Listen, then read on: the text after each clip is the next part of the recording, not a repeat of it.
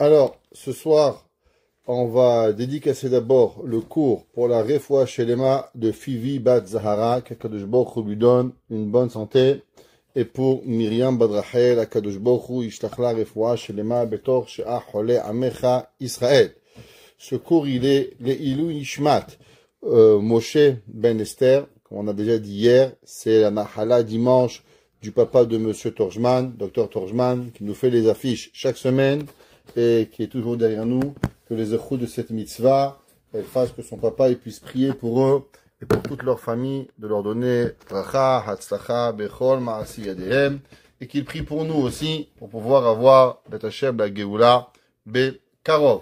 Alors, parashat, cette semaine, Tazria Metzora. On a deux parashiot, parashat Tazria, parashat Metzora. Alors, on devait choisir qu'est-ce qu'on allait parler, de Tazria ou de Metzora. Alors, l'année dernière, je pense qu'on avait parlé de Tazria et de Metzora. Là, on va parler de parashat Tazria. Alors, la Torah, elle commence dans la parashat de cette semaine, dans le chapitre Yudbet, chapitre 12, verset 1. Pour ceux qui voient, Vaidaber Hashem el Moshe les morts.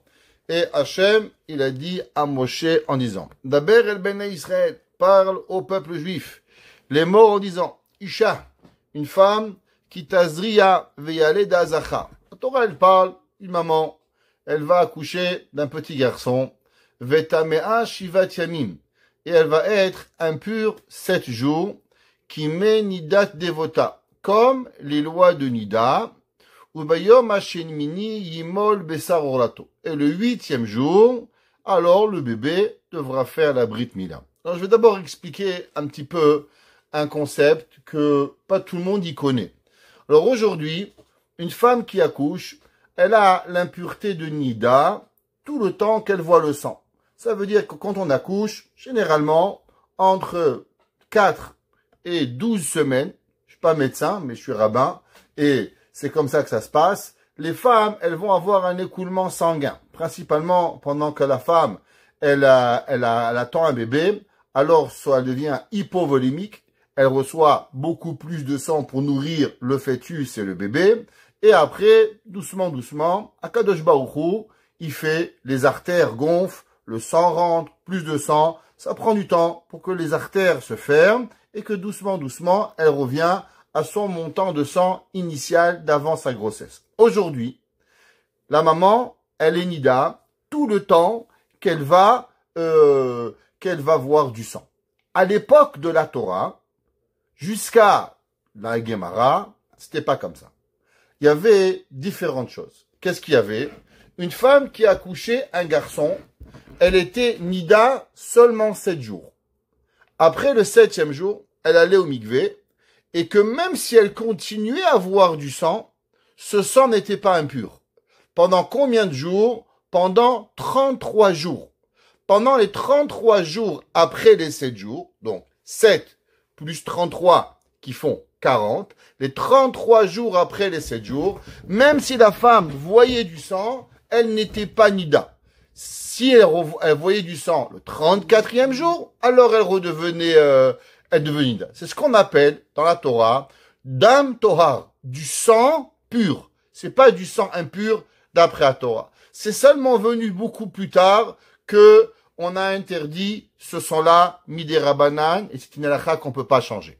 Quand une femme elle accouchait d'une fille, alors elle devenait impure 14 jours, mais elle avait 66 jours, le double du temps, que même si elle voyait du sang pendant les 66 jours, alors elle était quand même pure. Donc il y avait pour les hommes un petit garçon 40 jours, 7 et 33, et pour une fille 14 d'impureté, mais on doublait aussi les jours de Dam Toa. Par la suite, elle allait au Beth Amikdash, elle apportait un korban yoledet, un korban, un sacrifice spécifiquement pour la maman qui avait accouché, pour remercier Akadosh Baruch Hu, qu'elle avait eu un petit garçon, qu'elle avait une petite fille, dire merci au bon Dieu de qu'est-ce qu'elle avait. Ça, c'était par rapport aux lois de Nida, parce que les gens, ils lisent le verset, ils disent, je comprends pas, mais comment elle peut être Nida que 7 jours? À l'époque de la Torah, 7 jours pour un garçon, 33 jours de sang pur, pour une femme, 14 jours d'impureté,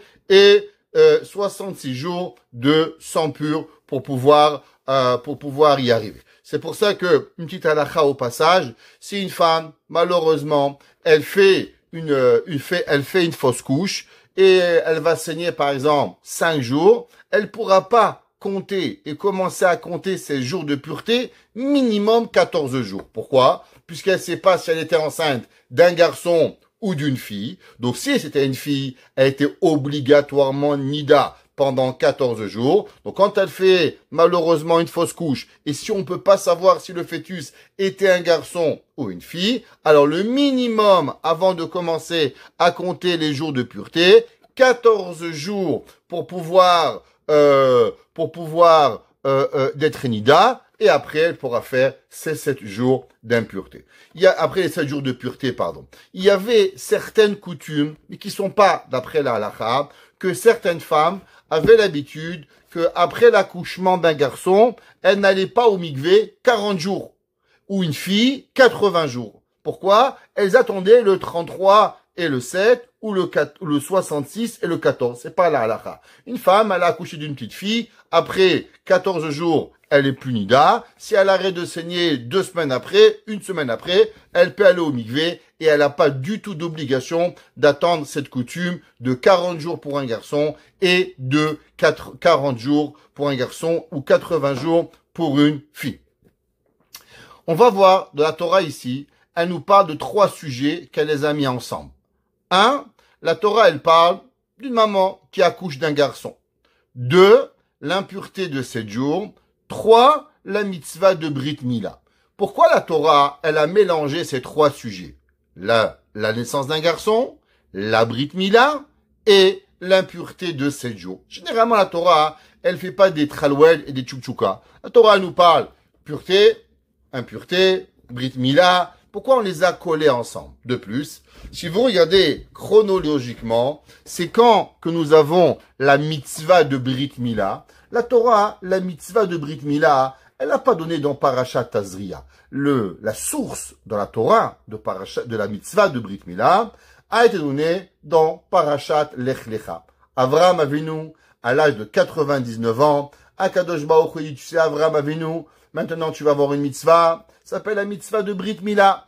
Alors, c'est là-bas que la Torah nous dit que le 8e jour, on doit circoncire nos enfants. Si on a, à l'époque, on avait des esclaves, on devait circoncire nos esclaves qu'ils pouvaient avoir. Si un homme, il achetait un petit bébé, même d'un jour, il devait le circoncire. Toutes les lois de Brit Mila sont enseignées dans Parashat Lech Lecha.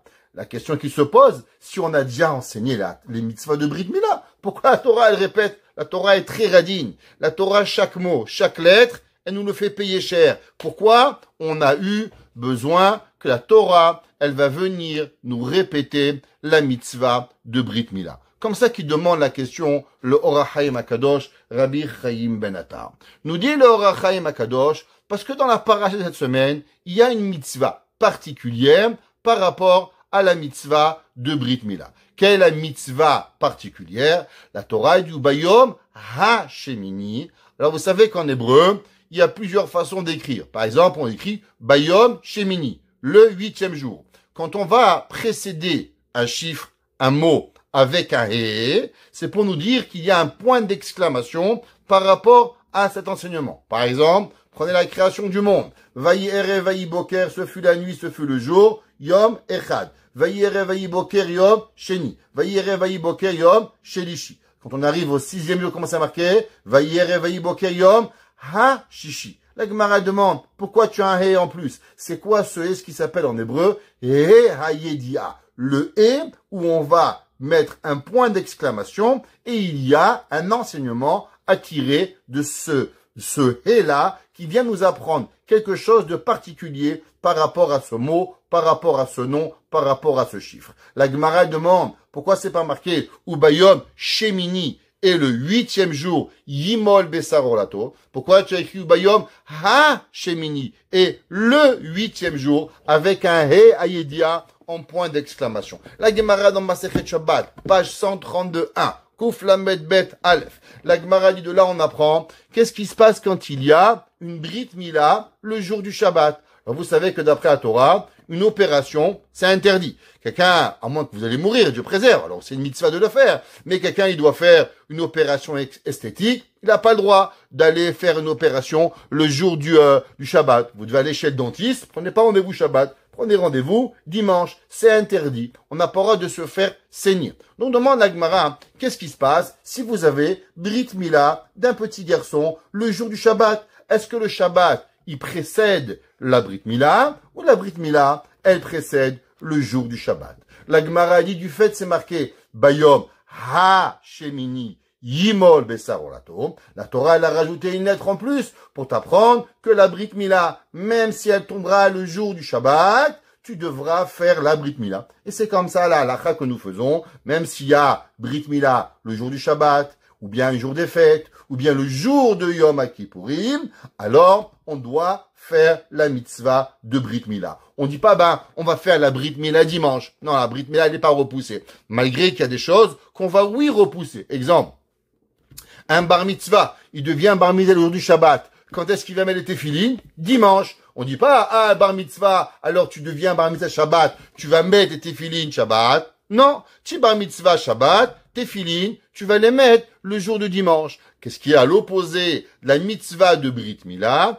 La mitzvah de Brit Mila, elle va repousser le Shabbat et on va circoncire l'enfant même le jour du Shabbat. Bien sûr, on amènera les outils avant, on fera tout ce qu'il y a à faire avant pour ne pas transgresser les précédents melachot, travaux de Shabbat. Malgré que ça aussi, il y a une discussion entre Rabbi Eliezer et Chachamim dans la Gemara. Est-ce que Marchiré Mila dochim et Shabbat ou pas? Qu'est-ce que ça veut dire Marchiré Mila? La Gemara demande, qu'est-ce qui se passe si quelqu'un, il a oublié le couteau? Exemple, il n'a pas de couteau pour la Brit Mila. Est-ce qu'il aurait le droit de forger un couteau le jour du Shabbat pour pouvoir accomplir la mitzvah de Brit Mila? La Gemara, elle ramène une discussion entre Rabbi Eliezer et Chachamim, nos deux grands sages, que Rabbi Eliezer, il disait oui, parce que puisque la Brit Mila repousse le Shabbat, alors aussi tous les préparatifs, même jusqu'à créer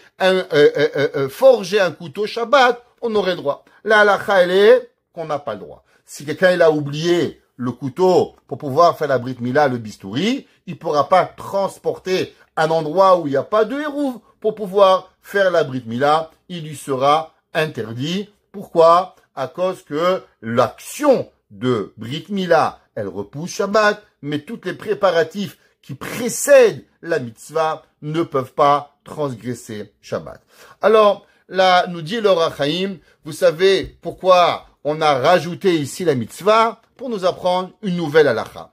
Le Rachaim Akadosh, il dit, magnifique. Mais maintenant, pourquoi on n'a pas enseigné cette halakha que le jour du Shabbat, il est repoussé dans Brit Mila, dans Parashat Lech Lecha? Là-bas aussi, on n'avait qu'à écrire Bayom HaShemini. Pourquoi là-bas tu as écrit Shemini et écrit ici tu as écrit HaShemini? Si c'est juste pour t'apprendre le jour du Shabbat, alors automatiquement, on aurait dû enseigner cela dans Parashat Lech Lecha. Pourquoi on est venu répéter cet enseignement dans Parashat Shemini? Parashat Tazria. Dit le Rachaim Akadosh, vous savez que il y a une différence entre avant Matan Torah et après Matan Torah. Il y a certaines choses qu'on avait le droit de faire avant Matan Torah et d'autres choses qu'après le don de la Torah, on n'a plus le droit de le faire. Dit le Rachaim Akadosh, si on avait enseigné que Shabbat, il est repoussé à la Brit Mila dans Parashat Lech Lecha, alors on aurait dit, à quel moment on a le droit de faire la Brit Mila le Shabbat? Ça c'est seulement avant le don de la Torah. Mais maintenant que la Torah a été donnée, et que c'est marqué, Zachor et Yom HaShabbat, Shamor et Yom HaShabbat les Kodosho, souviens-toi du Shabbat, garde Shabbat, punition à ceux qui transgressent le Shabbat, qu'il est coupable de mort, et ainsi de suite, on aurait dit non. Maintenant, on n'a pas le droit de transgresser Shabbat pour pouvoir la Brit Mila. Non, tu sais quoi? Même maintenant que je t'ai donné Shabbat et que tu connais l'importance du Shabbat, Bayom HaShemini Imol Besarolato, que la Torah elle te permet de repousser le Shabbat pour accomplir la mitzvah de la circoncision pour pouvoir y arriver. Ça répond à une question, mais ça répond pas à la question principale. Pourquoi la Torah, elle a juxtaposé dans les enseignements l'enseignement de la maman qui accouche, l'impureté de Nida avec la mitzvah de Brit Mila. A priori, les deux, elles ont rien à voir. Ces mitzvot-là, elles sont pas en connexion l'une avec l'autre. Alors vous savez, depuis qu'on fait ces cours, il y a la lecture simple de la Torah et il y a la lecture approfondie d'après la Kabbale, d'après la Hassidout. Ce soir, on va essayer de lire les versets, pas d'une façon pshat, ce qu'on appelle lexique, mais rentrer plus en profondeur pour pouvoir pour pouvoir le comprendre. Il y a un midrash dans Yalkut Shimoni, dans la paracha de cette semaine, à propos de cette mitzvah, ou Bayom Hashemini Yimol. Il ramène le midrash à un verset dans Kohelet, Ecclésiaste, Shlomo HaMelech, dans Kohelet. Il écrit comme ça. Et il dit, Ten chelek li shiv'a vegam li shmona. Donne une part à 7 et aussi à 8. Et tout le monde se pose la question, qu'est-ce que Shlomo HaMelech, il veut dire, donne une part au 7 et aussi au 8. Il dit le midrash, qu'est-ce que ça veut dire? Sache qu'en vérité, 7, ça représente Shabbat, et 8 représente la mitzvah de Brit Mila. Alors, qu'est-ce que ça veut dire? 7 et 8. Pour comprendre cela, il y a dans Yirmiya Hanavi, tout le monde y connaît le prophète Jérémie. Alors, le midrash, dans Yalkut Shimoni aussi, dans Yirmiya, il nous ramène qu'il y avait, vous savez que, quand on dit qu'il y a le Shabbat, il parle, la mitzvah, il parle. C'est quoi le Shabbat, il parle? Le Shabbat, il parle pas. Le Shabbat, c'est un jour.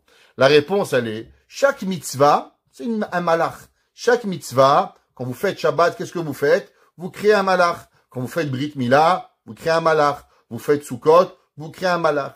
Et le responsable de tous ces malachim de Shabbat, de tous ces malachim de Tefillin, de tous ces malachim de Mezuzah, de tous ces malachim de toutes ces mitzvot, il y a un ange qui est responsable de tout cela. Donc quand on dit Shabbat, il parle, la reine de Shabbat, c'est l'ange qui est représentatif de Shabbat, il parle. Le Midrash, il dit qu'il y a une discussion entre la mitzvah de Shabbat et la mitzvah de Brit Mila.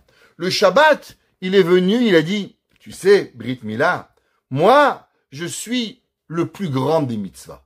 La plus grande des mitzvahs, c'est moi, le jour du Shabbat. Il a dit là, les anges, ils lui ont dit, pourquoi ça serait toi, le plus grand, la plus grande mitzvah? Il dit, regarde, qu'est-ce qu'Akadosh Baruch Hu, il a fait de la création du monde? Dieu a créé le ciel et la terre. Dieu a créé le soleil. Il a séparé les eaux, les animaux. Toute la création en évolution. Elle arrive le Shabbat, Hachem, il s'arrête. Pourquoi Akadosh Baruch Hu, il s'arrête? Parce que le Shabbat, il est même plus important que la création du monde. Tu vois que le Shabbat, il a tellement d'importance que Akadosh Baruch Hu, il a arrêté toute la création du monde pour respecter le Shabbat. Si Akadosh Baruch Hu, lui-même, il respecte le Shabbat, donc tu vois à combien le Shabbat, il est grand. Est venue la mitzvah de Brit Mila, et il lui a dit, tu sais, monsieur Shabbat, magnifique, mais moi, je suis plus grand que toi.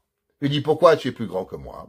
Il dit, si tu me dis que la raison que le Shabbat, il est plus grand, à cause que Akadosh Baruch Hu, il s'est arrêté de construire et de créer le jour du Shabbat, eh ben, tu vois qu'il y a une mitzvah qui est plus forte que le Shabbat. C'est quoi la mitzvah qui est plus forte que le Shabbat? Brit Mila. Tu vois que Brit Mila, on peut transgresser le Shabbat pour accomplir la mitzvah de Brit Mila. Ça veut dire que la Brit Mila, elle a une force plus grande que la force du Shabbat. Et le Midrash, il dit, à quoi ça ressemble? Ouais. Et il lui a dit, la mitzvah de Brit Mila, elle dit, regarde, je vais t'amener un verset. Quel est le verset? Il lui a dit, Shilmale ani lo nivra haolam. Parce que tu sais, si c'était pas moi, la mitzvah de Brit Mila, le monde, il aurait même pas été créé. Il lui a dit, d'où tu sais? Où c'est écrit?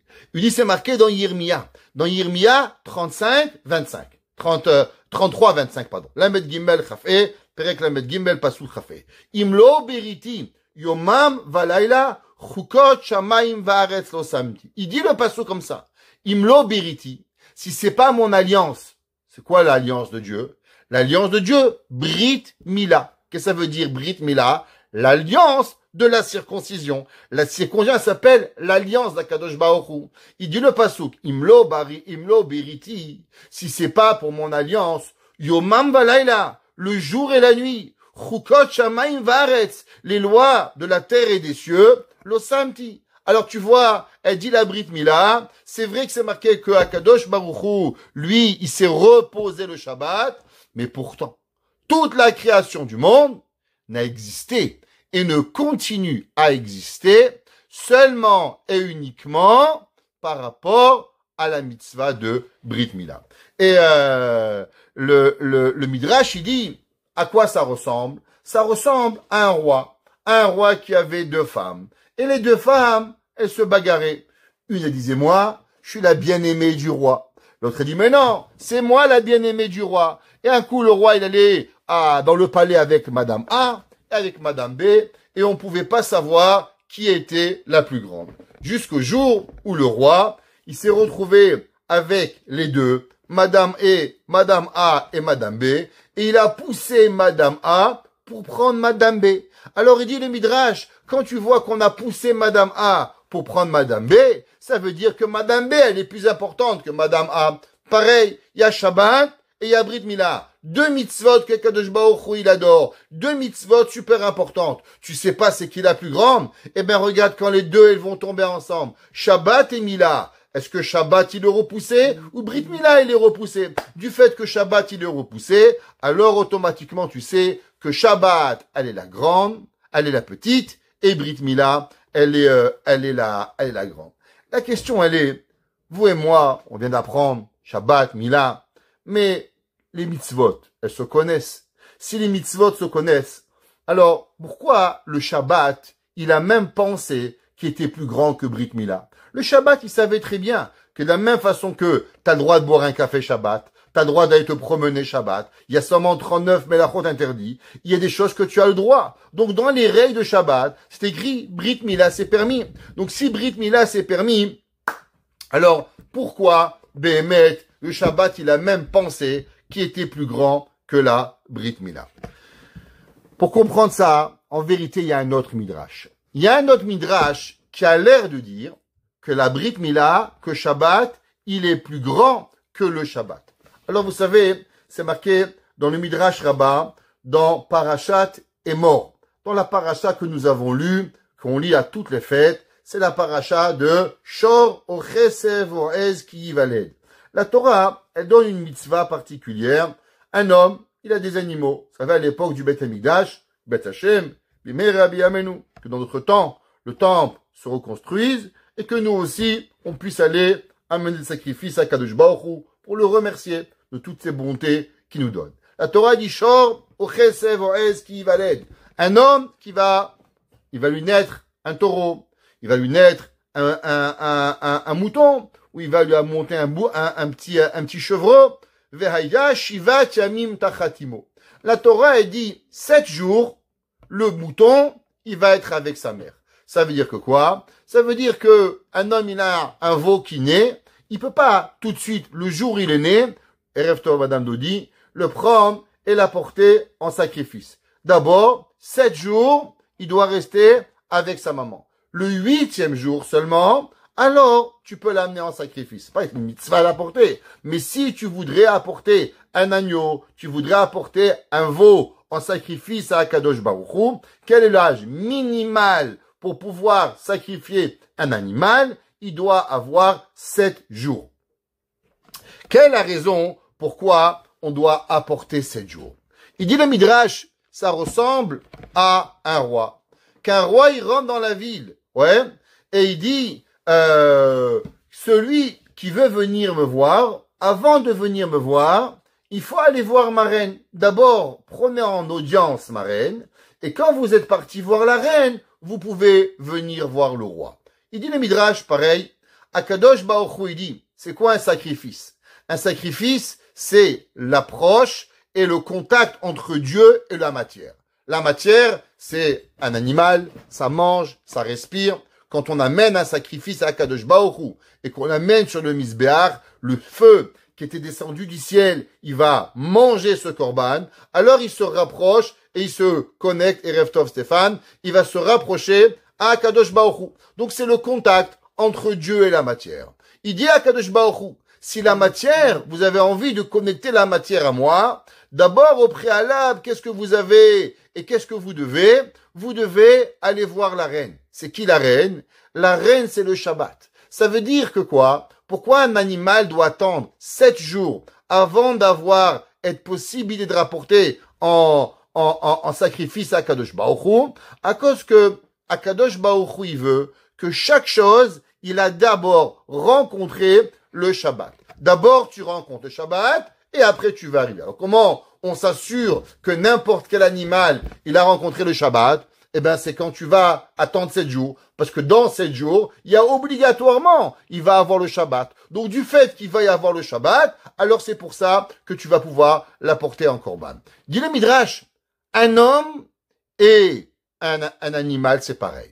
De la même façon qu'un animal ne peut pas être en connexion à Dieu avant qu'il a rencontré le Shabbat, dit le Midrash, pareil. Un humain ne peut pas avoir la mitzvah de Brit Mila avant d'avoir passé le Shabbat. C'est pour ça qu'un enfant, quand est-ce que l'enfant peut être circoncis? Il ne peut pas être circoncis avant 8 jours. Pourquoi 8 jours? Pour s'assurer que même s'il est né dimanche, alors il va passer Shabbat. Lundi Shabbat, mardi Shabbat, et ainsi de suite. Comme ça, il va passer le Shabbat. Donc qu'est-ce que vous voyez? Qu'est-ce qui est plus fort? Shabbat ou Brit Mila? Eh ben, Shabbat. Parce que tu vois que Akadosh Baruch Hu, il dit que je veux pas la Brit Mila avant que tu as vu Shabbat. Donc, a priori, on a une contradiction et on a deux opinions dans les Midrashim. Dans le Midrash, dans Parashat, et dans Yirmia, le Midrash, il nous dit que c'est la Mila la plus grande. Dans le Midrash Rabbah, dans Parashat Emor, le Midrash, il nous dit que c'est Shabbat le plus grand parce que tu vois que tu peux pas apporter et faire la mitzvah de Brit Mila sans avoir au préalable vécu un Shabbat dans ta vie. Pour comprendre cela, on va comprendre le Maharal. Le Maharal de Prague, tout le monde y sait, grand rabbin qui vivait à fin du XVIe siècle, début 1610 au début du XVIIe siècle, dans la ville de Prague, grand Mekoubal, grand kabbalistique en Europe, qui a fait des miracles, qui a fait le golem de Prague et ainsi de suite, qui a écrit énormément de livres de pensée juive, Marshava et de Kabbalah. Il nous dit le Maharal est un grand mathématicien et il analyse les chiffres. Il dit le Maharal, vous savez, que dans la Torah, chaque chiffre, il a une explication. Il dit quelle est l'explication du chiffre 7 et quelle est l'explication du chiffre 8.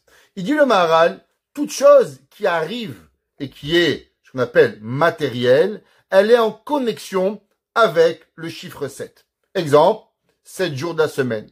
Personne sait.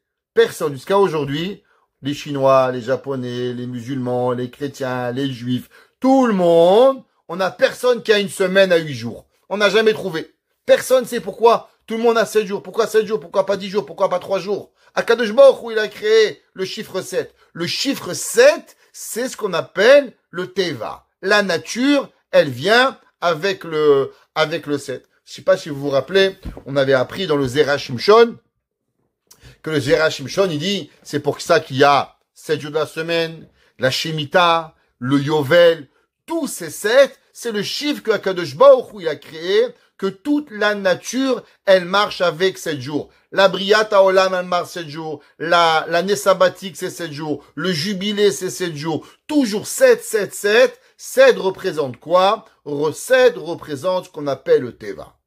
Qu'est-ce que c'est 8?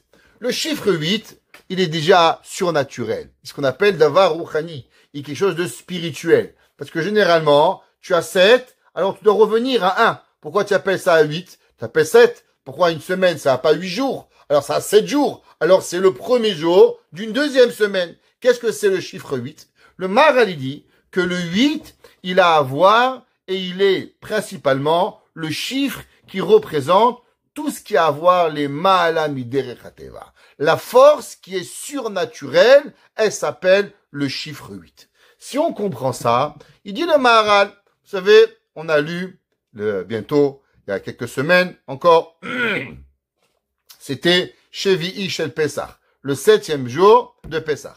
Qu'est-ce qu'on a lu le 7e jour de Pessah? On a lu la Shira. Az Yashir Moshe ou Bnei Israël Tashira Hazot. Alors vous comprenez que l'ouverture de la mer Rouge, c'est quelque chose de naturel ou c'est quelque chose de surnaturel. Alors un jour, pour faire une petite blague, parce que vous êtes trop sérieux ce soir, il y avait un jour un professeur, qui est un enfant qui dit à son professeur, Monsieur, est-ce que vous pensez, vous croyez à l'ouverture de la mer Rouge, où Dieu il a ouvert toute la mer Rouge? Il lui a dit, mais non mon fils, qu'est-ce que tu crois que Dieu il a ouvert la mer Rouge? C'est pas vrai. Il y avait un petit peu d'eau, il y avait 20 centimètres d'eau, et il est venu un vent, il a séparé l'eau à droite et à gauche, et les Juifs ils sont passés. Il lui a dit, waouh! Il dit donc ça veut dire que les Égyptiens ils étaient vraiment des nains. Il dit quel est le rapport? Il dit parce que expliquez-moi comment on peut se noyer dans 20 centimètres d'eau. Ok? Alors, la Kriyat Yamsouf, ouais, c'était une chose incroyable. Le monde entier a pu voir. Az nivalu, alouf et Edom, ele Moab, Hazemorad, namogu kol yoshve Kenan. Tout le monde a pu voir, a entendu. D'après le Midrash, ouais, même les verres d'eau que les gens buvaient, l'eau, elle s'est séparée dans leurs verres au moment. Un gars, il faisait la piscine, tac, l'eau s'est ouverte. Dans la baignoire, l'eau s'est ouverte. Maintenant, intéressant. Par quel mot, ouais, la mer Rouge s'est ouverte? Au moment où on a chanté, comprenez que l'ouverture de la mer Rouge, c'est quelque chose de surnaturel. C'est pas quelque chose de naturel. Donc, on parle de Davar Rouchani. Quel est le mot qu'on a employé pour remercier Dieu de l'ouverture de la mer Rouge? Az Yashir. Alors, c'est quoi Az? Az, c'est une composition de 2 lettres. Aleph, valeur numérique 1, Zain, 7. 1 et 7, 8. Il dit le Maharal, pourquoi Moshe Rabbeinu, au moment où il a chanté la chanson de remercier Akadosh Baruch Hu, il a employé ce mot Az Yashir Moshe ou Bnei Israël. Pourquoi il a dit Az? Il dit le Maharal, parce qu'en vérité, l'ouverture de la mer Rouge, elle est basée sur 2 principes. Que d'abord, il y a une force qui est Rouchani, qui est surnaturelle et qui va contrôler la force du naturel. Alors, Aleph, Zain. Le 1, il est sur le 7. Et tout le chiffre 8, il représente quoi? 1 qui est sur le 7. Az, Yashir, Moshe, ou Bene Israël. Dit le Maharal, et je vous lis. Biur Inyan, il dit voici qu'est-ce qu'il dit le Maharal pour expliquer. Ki kriyat Yamsouf eno tiv'i. L'ouverture de la mer Rouge, c'est pas quelque chose de naturel. Ve'aya gover Hashem barach ha'teva. Et Akadosh Baruch Hu, il a contrôlé la nature jusqu'à qu'il a ouvert la mer Rouge. Umipne shekol asher nivra besheshet yeme bereshit. Parce que tout ce que Dieu a créé pendant les 6 jours de la création, ou tiv'i, toute la création du monde, elle est naturelle. Ve'davar she'eno tiv'i, hu al shiv'at yeme bereshit. Et toute chose qui va arriver au-dessus de la création, alors elle doit être au-dessus de quelque chose qui est naturel. Et c'est pour ça qu'il dit Velachen, ouais, Amila, Bayom Hashemini. Il dit pourquoi la Brit Mila est le 8e jour, qui bederech hateva, en raou yamila, sharen oladam beorla, ve'amila yalateva. Il dit un homme inné, Akadosh Baruch Hu, il a écrit un homme avec une orla. Qu'est-ce que tu prends un bébé, tu le coupes? T'as rien à faire? Tu laisses, Dieu il a voulu une Brit Mila. Vas-y, laisse-le comme ça. Pourquoi Dieu il t'a pas créé la façon que lui il voulait? Parce que Akadosh Baruch Hu, il dit le Maharal. Hachem il a créé la nature. Et qu'est-ce que l'homme il doit faire? L'homme il doit venir et il doit aller au-dessus de la nature. Il doit être plus fort que la nature. Umipne sheyesh beIsraël madregazot she'enam tiv'im. Il dit maintenant, qu'on va comprendre le Maharal. Qu'est-ce que c'est le peuple juif? La nature, elle marche pour les nations du monde. Oh Hachem, ils mangent, ils boivent, ils dorment, ils grossissent, ils maigrissent, ils font du sport. Chazak ou Baruch. Ouais. Prenez les gens. Ils ont créé, regardez, aujourd'hui, on est 77e, je sais pas, sioniste, pas un antisioniste non plus, mais il y a des choses qu'on peut pas éviter. Prenez le Canada. Ouais, le Québec. Ça fait depuis, je sais pas combien d'années, ils essayent de devenir séparatistes. Qu'est-ce qu'ils ont créé? Pas grand-chose. Des hôpitaux que ça prend 6 mois pour avoir un rendez-vous. Prenez les Juifs. Ils ont créé un petit pays. Ils l'ont rendu New York. Comment c'est possible? 77 ans, tu as construit quelque chose qui est pas humain à l'esprit humain de pouvoir arriver. Comment ça arrive? La réponse, elle est simple. Si l'homme y croit que le Juif, il avance avec la nature, je peux pas comprendre. Je vous ai déjà dit ce que j'ai dit dans un livre, qu'un jour un non-juif, il avait écrit l'histoire juive, et il avait dit à la fin, on est obligé de dire que les Juifs sont des extraterrestres, parce que ce qu'ils font, aucune nation du monde elle est capable de faire. Ça, si tu penses qu'on est naturel, c'est pas possible. Le Maharal il dit les mots, chez Enam Tivrim, les Juifs ne sont pas des gens naturels. Ils ont des forces surnaturelles. Et d'où ça vient? Dit le Maharal, vous savez d'où ça vient? Share yesh bahem amila. Par le mérite que nous faisons cette mitzvah, qu'une maman donne son bébé, qu'un papa donne son bébé, que le bébé lui-même, il subit cette chose-là. Velachen ikra yamateva. Et il dit, c'est pour ça que nous avons mérité que la mer, c'est naturel que la mer, elle passe. Moi, j'ai jamais vu une mer s'ouvrir, l'eau, elle coule, tous les fleuves coulent à la mer. C'est quelque chose de naturel. Et la mer, elle va s'ouvrir, bishvil zerchut amila. Et tout ça, c'est par rapport à quoi? Par le mérite de la Brit Mila. Vedavar zid mala. Et il dit, c'est pour ça que Moshe Rabbeinu, qu'est-ce qu'il a dit? Az yashir. Si un homme, il veut comprendre comment on arrive à avoir un miracle surnaturel, dit le Maharal, c'est pas compliqué. Tant que tu penses que t'es naturel, il t'arrive rien. Le jour où tu comprends que t'es rien à voir avec le naturel, tu es surnaturel. Pourquoi? Parce que tu appartiens à un peuple qui s'appelle le peuple juif. Et la mitzvah de Brit Mila, c'est elle qui nous apporte cette force-là pour pouvoir y arriver. Maintenant, comprendre, c'est quoi cette mitzvah de Brit Mila? Il y a un midrash dans Parashat Mishpatim, Sefer Shemot, dans la Parashat Mishpatim, il dit comme ça, Ve'ele a Mishpatim, Perek Lamed, chapitre 30, verset 2. Le pasouk, il dit, pasouk Chaf Aleph 21.1, Mechila. 21.1, le pasouk, ouais, il dit le Ve'ele a Mishpatim asher tasim lifnehem. Voici les lois que tu vas leur donner devant eux. Alors vous savez qu'il y a un homme qui va marquer le cours de l'histoire juive et il va être quelque chose d'un homme incroyable. Cet homme, il s'appelait Onkelos, qui était Onkelos, neveu de l'empereur Adrien.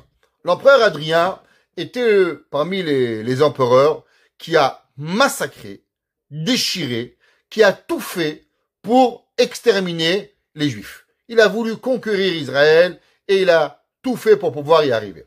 Son neveu, il va se convertir au judaïsme, il va devenir Onkelos Aguerre, il va écrire un commentaire sur toute la Torah et il va être d'une sagesse extraordinaire. Et jusqu'à aujourd'hui, tous les Shabbats, dans les synagogues, nous lisons et nous traduisons la Torah à travers l'explication de Onkelos. Alors, comment il s'appelait Onkelos avant d'être converti? Il s'appelait Achilas. C'est son nom romain. Ouais, il s'appelait Onkelos. Et monsieur Adrien, c'est aujourd'hui Adrien, c'est moderne. Son vrai nom, les Romains, ils s'appelaient tous des Ous. Alors Adrianus et Achillus. Ouais, ensemble ça faisait du couscous. Alors, ça va, vous suivez. Alors Achillus, il est allé chez son oncle, l'empereur romain, et il lui a dit, tu sais tonton, je veux me convertir au judaïsme. Alors il lui a dit, je comprends pas. À ce peuple, tu veux te convertir? Combien je les ai déshonorés? Ouais. Combien j'en ai tué? Combien je les ai rabaissés? Et toi, tu veux te convertir à cette nation? Il lui a dit comme ça. Maraïta ba'em shiata rotse leid gayer. Les mots qu'il lui a dit, Adrianus à Achillus, qu'est-ce que tu as vu chez eux que tu as envie de te convertir? C'est quoi le but que tu as envie de te convertir? Alors il lui a dit, tu sais, Regarde, prends un homme dans la rue, demande-lui, qu'est-ce que Dieu a fait le premier jour de la création? Combien de temps il a la création du monde? Qu'est-ce qu'Hachem il a fait? Personne ne sait. Prenez un petit exemple. Prenez un Québécois, j'ai rien contre les Québécois, prenez un Français ou un Japonais, demandez-lui comment il s'appelait son arrière-grand-père. Mon arrière-grand-père. Ouais, il va pas savoir. Vous demandez à moi, Abraham, Yitzhak, Yaakov, Reuven, Shimon, Moshe, comment il s'appelait mon grand-père? Ephraim, comment il s'appelait mon arrière-grand-père? David, comment s'appelait mon arrière-grand-père? Yosef. On peut retracer le peuple juif. Il a dit, regarde, va chez un petit juif, 5 ans. Qu'est-ce que Dieu a fait le premier jour de la création du monde? Bereshit bara Elohim et hashamayim vet haaretz. Tout le monde y sait. Comment on peut être aveugle? Comment on peut être dans un monde où tu vois un monde, tu sais pas quand il a été construit, tu sais pas qu'est-ce qu'il a fait, tu sais pas quand, rien. C'est l'ignorance totale. Il a dit à Achilous, à Adrianus, t'es un homme intelligent, Adrien. Comment tu veux que je vais pas avec le peuple juif quand les enfants du peuple juif, ils sont plus intelligents que tes plus grands sages à toi, à Rome? Alors il lui a dit, Adrien, que j'accepte. La Torah est belle, magnifique. Maintenant tu comprends que quand tu vas te convertir, tu vas faire la Brit Mila. Alors va étudier la Torah, pas de Brit Mila. Au moins, pourquoi tu vas nous faire l'Archoma? Tous les Romains, vous savez qu'à Rome, celui qui devait se circoncire, il était coupable de mort. Alors il lui a dit, Adrien, à Onkelos, pourquoi tu vas transgresser la loi du Parlement romain? S'il te plaît, va à la Torah, tu veux un rabbin, je te paye. Choisis le rabbin que tu veux, je l'amène d'Israël, première classe, je te prends la Torah. Il n'y a pas de problème. Qu'est-ce que tu veux? Pourquoi tu veux apprendre la Torah? Alors il lui a dit, Achilous, Afilu chacham shibe malchutcha. Tu sais, il y a des grands philosophes, ouais, à Rome. Vezaken ben mea shana, et des gens qui ont plus que 100 ans. Eno yachol ilmot toratra imenomal. Et tu sais pourquoi? Personne, l'homme le plus intelligent, il peut pas étudier la Torah s'il n'a pas de Brit Mila. Il lui a dit, Unkelus, Adrien, tu n'as rien compris. Tu crois que la Torah, c'est une science. On apprend des mathématiques, on apprend la géographie, on apprend calculus, alors on apprend l'algèbre, on apprend calculus 1, 2, 3, alors on va apprendre la Torah. La Torah, c'est pas des maths. La Torah, le corps, il doit être transformé pour pouvoir la Torah. Et d'où est-ce qu'on sait ça? C'est un verset. La Torah, elle dit, Magid devarav le Yaakov, que Akadosh Baruch Hu, Magid, il dit, devarav, ses paroles, le Yaakov, Chukav, ses lois, ou Mishpatav, et ses enseignements, les Israël, Lo asachen echol goy. Mais il n'a pas fait comme ça à toutes les nations du monde. Et à qui il les a fait? Au peuple juif pour pouvoir y arriver. Il a dit, Unkelus, regarde mon oncle, ce que tu veux, si tu as compris que je dois étudier, alors je peux pas étudier sans avoir de Brit Mila. On voit ici une connexion entre Brit Mila et l'étude de la Torah. Allons avancer un peu plus. Le Maharal, dans le Sefer Ner Mitzvah sur Hanouka. Il dit le Maharal de Prague, pourquoi nous avons la Shavuot cette semaine. Vous savez que de Pesach à Shavuot, combien on a? Sheva Shavuot Isporlar, mais cette semaine, tu vas compter. Et Shavuot, c'est quand? Shavuot, c'est le 50e jour. Donc ça veut dire, c'est le début de la 8e semaine.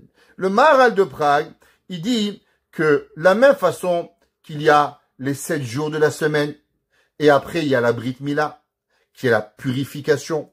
Pareil, il y a les 7 semaines de préparation à Matan Torah, pour arriver à quoi? Pour arriver à ce qu'on arrive à la Torah. Le Maharal, il dit que la préparation à la Torah, c'est quelque chose de naturel. Un homme, il se prépare. Un homme, il se prépare à étudier, il nettoie son cœur, il nettoie sa tête, il nettoie sa pensée, il devient mieux, il dit pas la shonara, attention à ses yeux, attention à ses oreilles, il essaie d'avancer. Maintenant, est-ce que vous pensez que la Torah, elle est quelque chose qui vous vient naturellement. C'est une cause à effet. Je me prépare, je reçois. Dit le Maharal, ça n'a rien à voir. Si la Torah, elle était naturelle, alors on t'aurait fait préparation 3 semaines, Torah 4e semaine. Pourquoi Kadosh Baruch Hu, il a donné la Torah la 8e semaine? Pour nous apprendre que la Torah, elle est quelque chose de surnaturel. La Torah, elle a rien à voir avec le naturel. Comprendre la Torah. Un homme, il peut lire la Torah, le verset 10, 20, 30 fois, il comprend pas.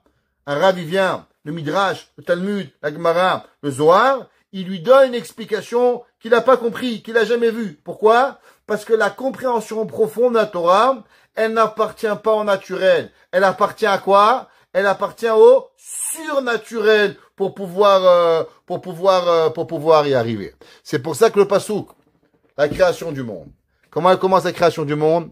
Bereshit, bara Elohim, et hashamayim ve'et haaretz. Au commencement, Akadosh Baruch Hu, il a créé le ciel et la terre. Tout le monde demande la question. Pourquoi c'est marqué Bereshit en hébreu? Si on veut dire le mot au commencement, on aurait dû dire Batrala, Batrila. C'est comme ça qu'on aurait dû parler. Pourquoi on a écrit Bereshit?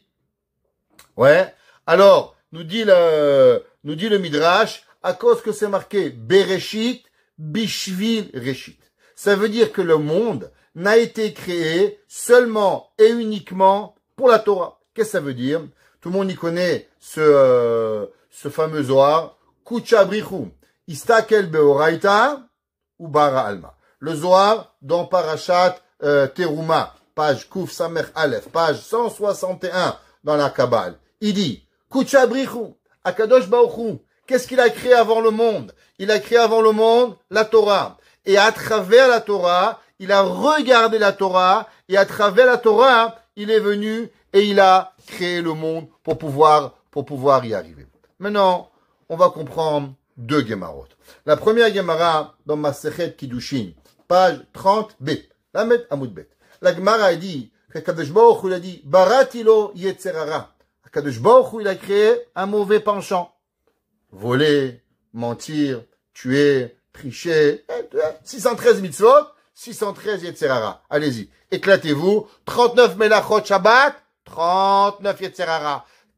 1550 Toldot, 1550 Yetzerara. Baruch Hashem, il manque pas de Yetzerara. Comment on va se débarrasser du Yetzerara? La Gemara dit, Baratilo, Beni Barati Yetzerara, Barati Torah Tevalim. Veim atem oskim, en atem nimsarim biado. La Gemara dit que Dieu dit que si l'homme il étudie la Torah, alors automatiquement il sera pas dans les mains du Yetzerara. Mais non, la Gemara dans Masechet Sukkah, page 52a, la Gemara, ceux qui veulent, ils peuvent aller voir les Gemarot. La Gemara a dit combien il a de noms le Yetzerara. Combien de noms le Yetzerara il a. La Gemara a dit qu'il a 7 noms. 7 noms le Yetzerara. Et la Gemara a dit, vous savez, le Yetzerara, Yitzro shel adam mitgaber alav bechol yom. Le Yetzerara, tous les jours, il se renouvelle, il se régénère chaque jour. Shenemar, rak kol hayom. C'est marqué dans la Torah, dans la Genèse, Bereshit, Perek Vav Pasuk Grahe, qui rak kol hayom. Le mal, il est mal tous les jours. La Gemara dit, qu'est-ce que ça veut dire qu'il est mal tous les jours? Il se régénère tous les jours pour pouvoir y arriver. Le Maharsha, Rabbeinu Shalom Eliezer Adlish, il explique et il dit, pourquoi il y a 7 noms du Yetzerara? Il dit, parce qu'en vérité, chaque jour, le Yetzerara, il nous vient d'une différente façon. Chaque jour, il a une différente façon pour pouvoir y arriver. Les 7 jours, les 7 noms du Yetzerara sont par rapport aux 7 formes journalières que la semaine, le Yetzerara, il a. C'est pour ça que Akadosh Baruch Hu, il va donner la Torah quand? Le 8e semaine. Shavuot. Pourquoi Shavuot? Pour sortir de ce Yetzerara et pour pouvoir arriver à s'en sortir et à pouvoir y arriver. Maintenant, il y a une Gemara. Une Gemara dans Masechet Berachot, à la fin, juste un daf avant la fin, la Gemara finit sans Merdel 64, La Gemara dans Daf Samer Gimel. La Gemara dit Amar Rabbi Shimon ben Lakish. Il dit Rabbi Shimon ben Lakish. C'est marqué dans Parashat Chukat.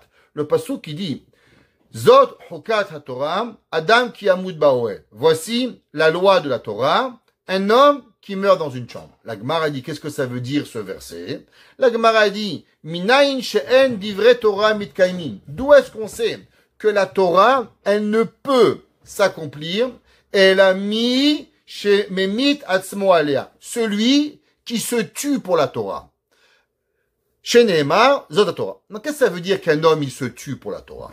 Qu'est-ce que ça veut dire? Faut vivre. L'inverse. Si un homme il mange pas et il meurt, il s'est comme si qui s'est tué. Barminan, c'est interdit. On doit vivre.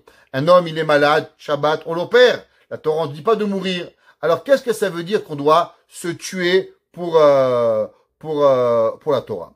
La réponse c'est qu'en vérité, l'homme, la nature, il doit tuer la nature pour pouvoir arriver à la Torah. Si l'homme, il veut manger, boire, vivre, s'amuser, il va jamais arriver. La Torah, elle nous dit que celui qui veut arriver à comprendre la Torah, il ne peut comprendre la Torah seulement et uniquement quand l'homme, il est capable d'enlever son naturel. De la même façon que la Torah, elle a été donnée au-dessus du 7, le 8e semaine, la 50e jour des 7e jours, donc la 8e semaine de Yetziat Mitzrayim, qui est le chiffre 8 par rapport au surnaturel, pareil. Si on veut arriver à la Torah, elle peut pas venir avec tous les plaisirs que nous avons. Maintenant, si je vous demande une question, c'est quoi le jour le plus important de la semaine? Le jour le plus important de la semaine, c'est le Shabbat. Ouais. Et le Shabbat, il représente quoi?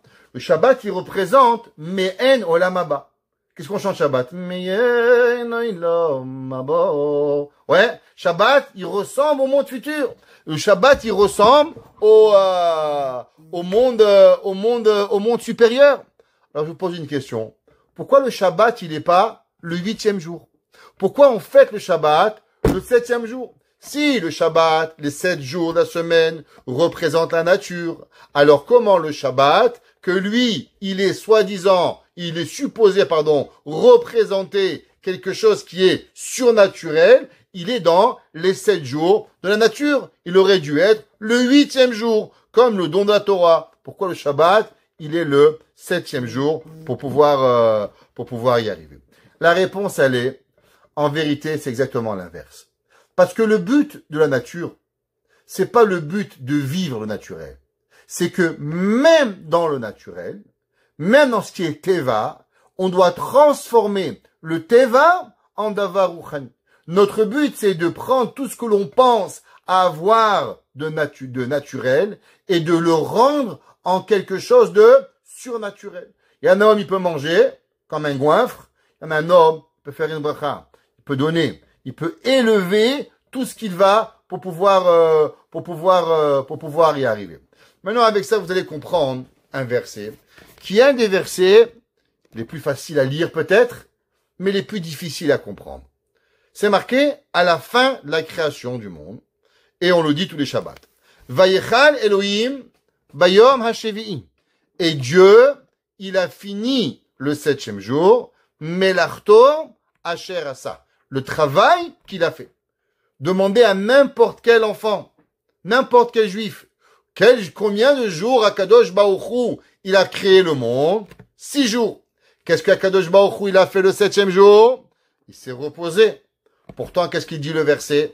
Le verset dit Vayichal Elohim bayom hashevi'i. Et Akadosh Baruch Hu, il a fini le 7e jour, Melarto, le travail, Asher Asa, qu'il a fait.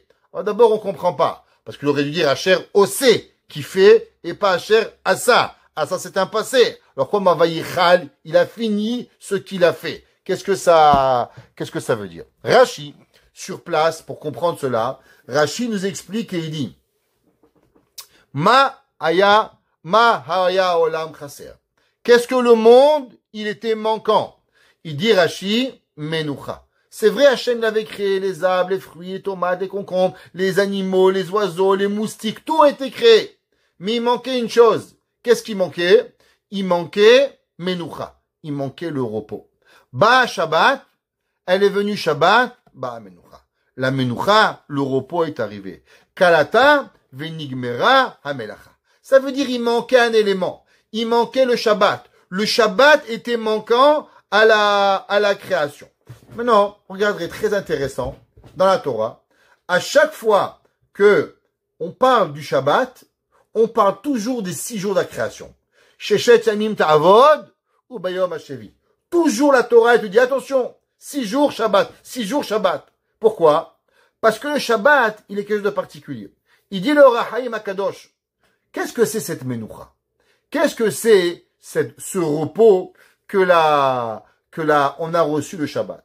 Il dit le Rahaim Akadosh, il est tard, on va finir. Il dit le Rahaim Akadosh, c'est marqué Ubayom HaShevi'i Shabbat Vaïnafash. Qu'est-ce que c'est Vaïnafash? Vaïnafash, c'est une composition de 2 mots. Vaï Nefesh. Qu'est-ce que ça veut dire? Il dit le Rachaim qu'avant le Shabbat, la création n'avait pas d'âme. À quel moment la création, les animaux, parce que même les animaux, ils ont une âme, pas une âme comme vous. Vous pouvez parler. Moi, j'ai pas encore vu les vaches parler. À moins que vous les voyez parler. Si oui, hôpital, s'il vous plaît, tout de suite, chez les fous. Là-bas, vous avez le bipolaire, ils vont vous occuper de vous, schizophrène. Mais en tout cas, généralement, on voit pas les animaux, les vaches parler, on voit pas les éléphants roses. Ok? Alors, les animaux, ça parle pas, mais ça a une âme. Ça s'appelle un nefesh. À quel moment on a reçu ce nefesh, cette âme? Il dit, le Rachaim Akadosh, le Shabbat, qu'est-ce qu'il nous a donné? Le Shabbat nous a donné cette âme-là pour pouvoir y arriver. Et c'est pour ça que c'est marqué. Vayichal Elohim Bayom HaShevi. Et Dieu, il a terminé. Qu'est-ce qu'il a terminé? Il nous a donné cette Neshama, Melarto, Asher Asa. C'est pour ça qu'il a fait. En donnant l'âme, il a donné une autre dimension à qui nous sommes. On peut être un consommateur, on peut être un mangeur de frites, on peut être un mangeur de poutine, on peut être un mangeur de croissanterie, on peut avoir une autre mission dans la vie. On peut avoir une mission de vivre, de grandir, d'élever. À quel niveau, à quel moment on a été donné cette mission qui nous donne? Ça, c'est le jour du Shabbat pour pouvoir y arriver. Et ça, donc, on voit que Shabbat, maintenant, elle a cette conjoncture de 2 choses. Elle est d'un côté, fait partie des 7 jours de la semaine, mais elle est aussi quoi? Elle est aussi une raison spirituelle au matériel. Non, si vous comprenez ça, vous comprenez quel jour Dieu a donné la Torah. Alors, la Torah est donnée le 50e jour. Donc, on est la 8e dans la notion de 8. Mais à quel jour on l'a donné? On l'a donné le Shabbat. Pourquoi Dieu il a voulu qu'on donne la Torah le Shabbat? La réponse, elle est parce qu'en vérité, la Torah, elle vient pour faire 2 choses. Elle est surnaturelle. La Torah est le concept du surnaturel, mais elle est aussi quelque chose que l'on doit faire comment? Qu'on doit donner dans le naturel. Ça veut dire qu'il doit faire partie du naturel, mais il a aussi une force qui est surnaturelle. C'est pour ça que Kadosh Baruch Hu, il a choisi de donner la Torah la 8e semaine, mais quel jour? Le jour du Shabbat, le jour qui termine la semaine, où il nous donne une raison d'exister aux 6 jours de la création qui nous précède. Et c'est pour ça que le tour, Rabbeinu Yaakov Baal HaTurim, dans son commentaire dans la Or HaHaim, dans le Siman Resh Tzadik, chapitre 290, il dit Amra Torah, la Torah, elle dit à Kadosh Baruch Hu, tu sais Dieu, le peuple juif va rentrer en Israël, un il va avoir une vigne, un il va avoir des olives, un il va avoir un garage, un il va être médecin, tout le monde y va courir, ouais, et il lui a dit, et moi, qu'est-ce qui va arriver avec moi? Maté alay, la Torah elle dit Dieu, tu t'imagines, tu m'as donné un cadeau au peuple juif, ils vont travailler toute leur vie, et moi, ils vont m'oublier. Alors il lui a dit, Amarla, Dieu a dit, Yesh li zoug, j'ai à toi un mari, j'ai à toi un partenaire, ouais, Shani mezaveg lecha, que je vais te marier avec. Et Dieu il a marié la Torah et le Shabbat. Et il lui a dit, pourquoi? Shehem betelim imelartam, parce que le Shabbat, on travaille pas, veyecholim la asok, et avec ça, on peut avoir quoi? On peut arriver à étudier la Torah. Donc maintenant, on a compris qu'il y a 7 jours. Les 7 jours représentent la création naturelle. Le 8e jour, il représente quoi? Le 8e jour, il représente le surnaturel. L'homme, pour pouvoir réussir, il doit avoir. Et qu'est-ce que c'est le 8e? C'est Davar Rouhani. C'est ce qu'on va appeler aussi Brit Mila, ce qu'on va appeler aussi la Torah, parce que la Torah et la Brit Mila, comme a dit Antoninus, il a dit Adrien, Achillus, sans l'un et l'autre, on ne peut pas les recevoir. Alors maintenant, on va comprendre une question intéressante. Souvent, on se pose la question, une maman, elle vient d'accoucher, elle est fragile, elle a porté un bébé pendant 9 mois, même en bonne santé, même l'accouchement, le plus beau du monde, dans la piscine, avec la péridurale, avec la musique, comme vous voulez, Baruch Hashem, tout se passe bien, ça change à rien qu'une maman, elle est en danger de mort pendant 3 jours. Une maman qui accouche, d'après la halakha, Kippour, il vient, tu la nourris. Tu dis pas, mais madame, tout s'est bien passé. Bon, Hachem, tout s'est bien passé, c'est fragile. Pourquoi la Torah, elle lui punit comme ça, tout de suite, dès qu'elle accouche, 7 jours d'impureté? Qu'est-ce qu'elle a fait, cette femme-là? Pourquoi on lui a donné cette impureté-là pour avoir? Chachamim nous explique et nous disent, vous savez qu'il y avait un jour 2 grands amis. Un qui s'appelait Antonin, l'empereur romain, et un qui s'appelait Rabbi Yehuda Anassi. Nos rabbins avaient beaucoup de connexions l'un envers l'autre pour pouvoir y arriver. La Gemara, Sanhedrin 91b. La Gemara nous dit qu'il y avait une discussion, à savoir entre Rabbi Yehuda Anassi et Antoninus, à savoir à quel moment l'homme, le Yetzer Hara, il lui vient. Est-ce que le Yetzer Hara, il vient à la personne au moment de la conception? Pourquoi? Parce que Chachamim nous disent que si on n'avait pas de Yetzer Hara, on se marierait pas. Parce que le Yetzer Hara, c'est avec lui qu'on a envie. Si on n'était que des gens qui se passent à nos livres, on pourrait pas se marier. Pour pouvoir se marier, c'est utiliser le mauvais penchant à bon usage. C'est pas que la femme, c'est le mauvais penchant. J'ai jamais dit ça. Chas v'shalom. Pour pouvoir avoir une envie, à être marié, il faut avoir un Yetzer Hara. C'est pour ça qu'Hachem, il a créé. À Kadosh Baruch Hu, quand la Gemara dit qu'ils ont enlevé le Yetzer Hara, eh ben, les gens se mariaient plus. On a besoin, l'homme et la femme ont besoin d'avoir une envie. L'envie, c'est pas la femme, le Yetzer Hara. Le Yetzer Hara, c'est l'envie. La pulsion, elle ne vient qu'avec le Yetzer Hara. Alors on a besoin. Demande la Gemara. L'enfant qui naît, à quel moment il reçoit le Yetzer Hara? Est-ce que puisqu'il est né avec cette envie, donc c'est au moment de la conception, ou au moment où il vient dans au moment pour pouvoir au moment où il va naître? Rabbi Yehuda Anassi, il a dit au moment de la conception. Au moment où il va être créé, c'est là que le Yetzer Hara, il vient. Il lui a répondu Antonin.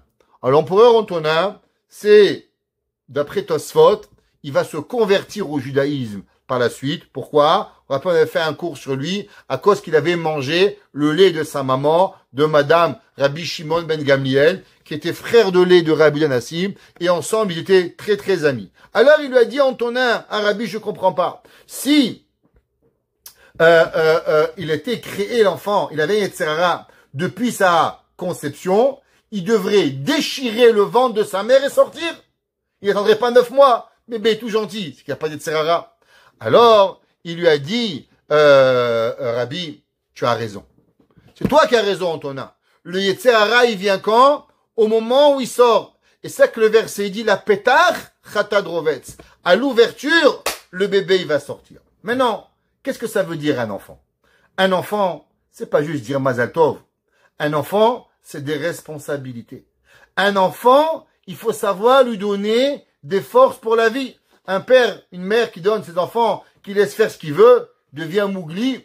Bon, ça finit une histoire de Mougli. Il n'y en a qu'un seul qui sortit Mougli. Les autres, ils finissent des Saint-Pangé et qui se font manger par des bananes. Mais ça fait pas grand chose. On ne devient pas cela. La Torah nous dit, au moment où l'enfant, il vient sur terre, on doit l'éduquer. Qu'est-ce qu'on doit l'éduquer? Isha kitazriya v'yaida zachar. Une femme qui va avoir un bébé. Vetamea shivat shamim. D'abord, on doit éduquer l'enfant que tout de suite, dès qu'il vient, il a les forces du mal qui vont venir pendant 7 jours. C'est quoi les 7 jours? C'est ce que les 7 noms du Yetzer Hara. C'est ce qui représente les 7 forces quotidiennes. C'est pour ça que la maman, elle va avoir cette impureté. Pourquoi? De façon à éduquer son fils que la venue dans ce monde, c'est quoi? La venue dans ce monde, elle n'est pas facile. Et elle demande à l'enfant d'avoir un combat constant contre les forces du mal. Maintenant, l'enfant, il dit à sa mère, maman, je suis maintenant dans le monde. Qu'est-ce que je vais faire maintenant? Comment je vais m'en sortir? Dit à Torah, non, Ubayom Hashemini, t'inquiète pas, mon fils. Tu crois que Dieu, il t'a pas donné des forces? Ubayom Hashemini, Yimol Besaror Lato. Le 8e jour, tu vas avoir la Brit Mila. C'est quoi le 8? Le 8, c'est 1 au-dessus de 7. 7, c'est naturel. Mais nous, peuple juif, on n'est pas dans le naturel. On est quoi? Dans le surnaturel pour pouvoir y arriver. Et qu'est-ce qu'elle va nous donner, cette mitzvah de Brit Mila? Cette mitzvah de Brit Mila, comme il a dit à Kilous, Ankelous, il dit la seule chose qu'elle va t'adonner, elle va t'apprendre à pouvoir comprendre la Torah. Et qu'est-ce que tu vas avoir la Torah?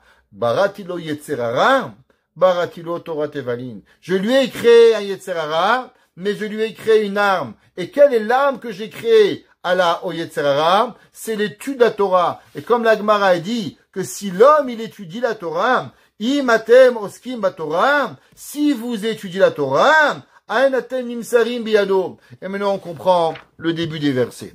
La Torah dit Vaidaber Hashem el Moshe lemor. Hashem il dit à Moshe Rabbeinu, Daber el Bnei Israël, parle aux hommes. Pourquoi? Quel rapport? On aurait dû parler aux femmes? Non. Parce qu'en vérité, c'est pas une notion d'homme ou de femme. C'est une notion de comprendre comment le monde y fonctionne. Isha kitazriya v'yaida zachar. C'est qui Isha? Isha, il représente en vérité toute personne qui prend. L'homme qui vit sur cette terre et qui prend, il est ce qu'on appelle une femme. Il prend. Kabbalah, tout homme ou femme qui est de la notion de prendre et de ne pas donner, il est de quoi? Et de prendre. Isha kitazriya v'yaida zachar. Quelqu'un que toute sa vie il va prendre. Alors elle va avoir un enfant. Qu'est-ce que ça veut dire elle va avoir un enfant? Il va créer quelque chose. La Torah dit qu'est-ce qui va arriver? Vatamea shimachavim. Alors il va être quoi? Il va être impur 7 jours. C'est quoi 7 jours? Par rapport aux 7 forces du mal. Il y a dimanche un Yetzer Hara, lundi un Yetzer Hara, mardi un Yetzer Hara. Chaque jour il va venir un Yetzer Hara pour pouvoir la personne. Maintenant attention, Ubayom Hashemini. Quand l'homme il veut arriver à comprendre, d'abord il doit avoir le Shabbat. Le Shabbat, c'est ce qui lui donne la Neshama Yetera. Ce qui va lui donner la notion d'élever ces 7 jours à une notion de spirituel. Et alors, il pourra faire quoi? La Brit Mila. C'est quoi la Brit Mila? La Brit Mila, c'est ce qu'on appelle la Messirut Nefesh. Se donner une partie à lui-même, à Akadosh Baruch Hu, Yimol Besarolato. Alors, il va pouvoir enlever de lui ce qu'on appelle le mal. Si l'homme, il voit, il a envie de pouvoir se rapprocher à Dieu. S'il a envie que Dieu, il fasse pour lui quelque chose de surnaturel. Qu'est-ce qu'on demande? Dieu a un miracle par-ci, Dieu a un miracle par-là. En un mot, qu'est-ce que tu veux? Tu veux que Dieu, il va avoir un comportement surnaturel envers toi qui n'est pas normal. Est-ce que c'est possible ou c'est pas possible? Dit à Torah, c'est oui possible. Comment c'est possible? Si nous nous comportons avec Dieu, pas d'une façon naturelle. T'as faim? Un homme il me dit, Rabbi, pourquoi Kadosh Baruch Hu il a créé la cacheroute? Donnez-moi une raison intelligente. Je lui dis, savez, c'est quoi? La patience. Mais quel rapport, la patience et la cacheroute? Je dis, regarde, un goy il a faim, il mange. Nous, un juif il a faim. Attends, demain matin, faut que IGA il ouvre, faut que le rabbin flash Rita, il faut qu'il fasse le Nikour, il faut que... T'as plus faim, mon frère. T'as plus faim, tu veux plus manger. Le fait que tu dois t'apprendre à te contrôler à chaque chose. Après t'as la viande, stop. Chez Akol, stop. Bourré. Ah, mais ouais. C'est quoi le bon Dieu, je veux plus manger. Qu'est-ce qu'on t'a appris? On t'a appris la patience. On t'a appris le contrôle de soi pour pouvoir y arriver. Alors l'homme qui se contrôle, l'homme qui apprend, alors automatiquement, Yimol Bessar Orlato, il va arriver. Et c'est pour ça que la Brit Mila, elle dit, qu'est-ce qui est plus fort? Shabbat ou Brit Mila? En vérité, les deux, ils sont égaux. Le Shabbat, il a une force qui nous donne cette neshama d'élever le matériel à un niveau spirituel. Parce que pour monter à l'ascenseur numéro 8, tu dois obligatoirement passer par l'ascenseur numéro 7. Donc, il y a une force particulière au Shabbat, et il y a une force particulière à la Brit Mila. Et à quel moment les deux, ils vont se réjouir, ils vont se rejoindre? Eh ben, le jour de Matan Torah. Shabbat, avec le début de la 8e semaine, qui est le 8, qui est au-dessus de Derech HaTeva, avec le jour du Shabbat, qui est la fin et la sanctification de la semaine. Baruch Adonai Leolam. Amen ve Amen.